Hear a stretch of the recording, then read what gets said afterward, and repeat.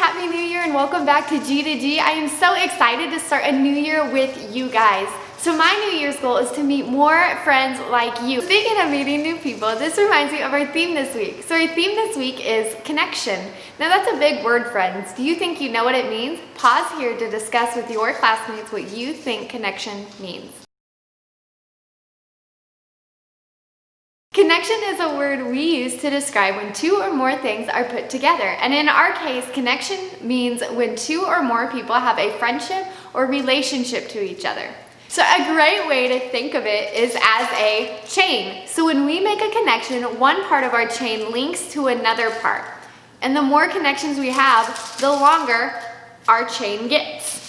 So everybody has connections. We all know at least one other person. Now you might be thinking, so what? I know people. I already knew that. Well, hey, pause here to discuss with your classmates why you think it's important to have connections.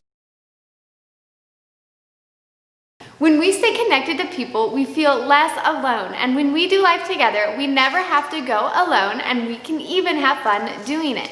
So there are so many ways to connect to others. What is the first way that comes to your mind when I say what is one way you can connect to someone else? Did you think of talking? Because that is absolutely correct. However, there are so many different ways that you can connect to someone without actually talking.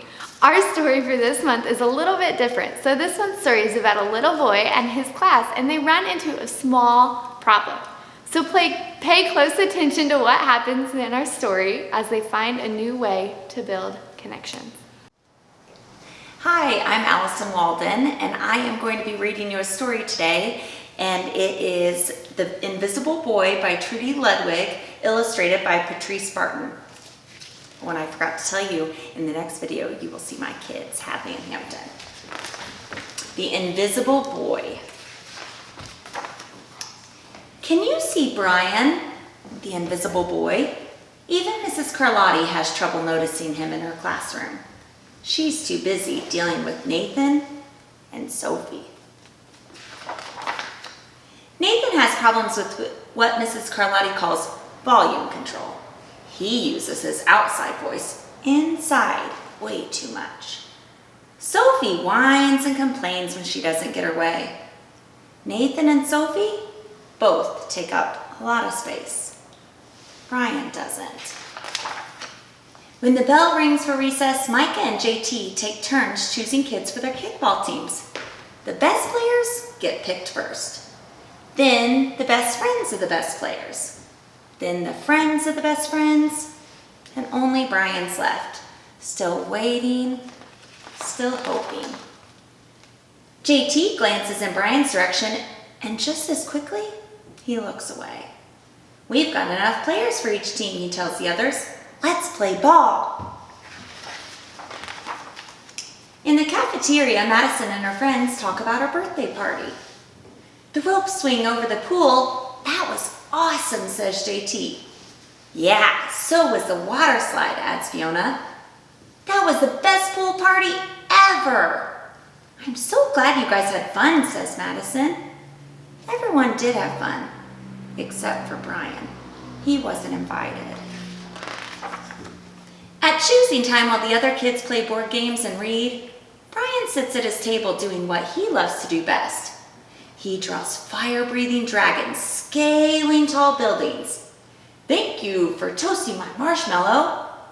He draws space aliens locked in intergalactic battles. Gotcha now. He draws greedy pirates digging for treasure. Crackers? Arrgh. And he draws superheroes with the power to make friends wherever they go. Hiya, friend. Have a cookie. Aye. On Monday morning, Mrs. Carlotti introduces Justin. He's a new student to the class. Brian smiles shyly at him. Some of the other kids sneak looks at Justin, trying to figure out if he's cool enough to be their friend. They haven't quite made up their minds yet. At lunch, Madison and JT watch Justin eat with chopsticks. What's that? Asks Madison as she points at Justin's food. It's bulgogi, says Justin. What? Bulgogi. It's It's Korean barbecued beef. My grandma made it for me. It's really good. Want to try some? There's no way I'd eat Booger G. And the kids all laugh. All of them, that is, except for Brian. He sits there, wondering which is worse, being laughed at like Justin or feeling invisible. The next day when Justin goes to his cubby to put away his backpack, he notices a piece of paper with his name on it. Justin, I thought the bulgogi looked good. Brian, yum. At morning recess, Brian finds a piece of chalk on the ground and starts drawing away. You're Brian, right? Yeah. Thanks for my note. Hey, Justin, Emilio calls out from the tetherball court. You're up next. Sorry, gotta go, says Justin. But by the way, that's a really cool drawing, he says before taking off. Back in class, Mrs. Carlotti asks the kids to team up in 2s or 3s for a special group project. The kids scurry around the room to pair off. Brian heads towards Justin. I'm already with Justin, says Emilio. Find someone else. Brian looks at the floor, wishing he could draw a hole right there to swallow him up.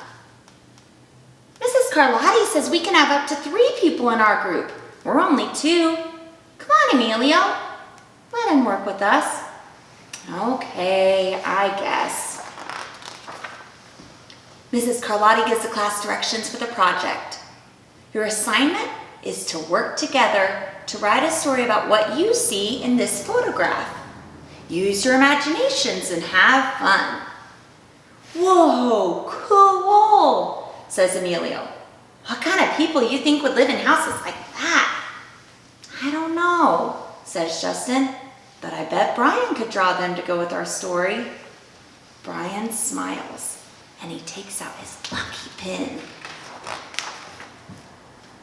He draws and draws, and this says the crooked story we made up just on the spot. It's lunchtime again, Brian's least favorite part of the day. Another 20 long minutes. Kids talking and laughing with everyone else, except for him. Hey, Brian, he hears someone shout. Brian, over here. Brian turns and sees Justin waving him over. Emilio nods at Brian, and he makes room for him too at the table. Maybe, just maybe, Brian's not so invisible after all. You want a cookie? Thanks, says Brian. The end. So how cool is that book, friends? Did you notice how they found a way to connect?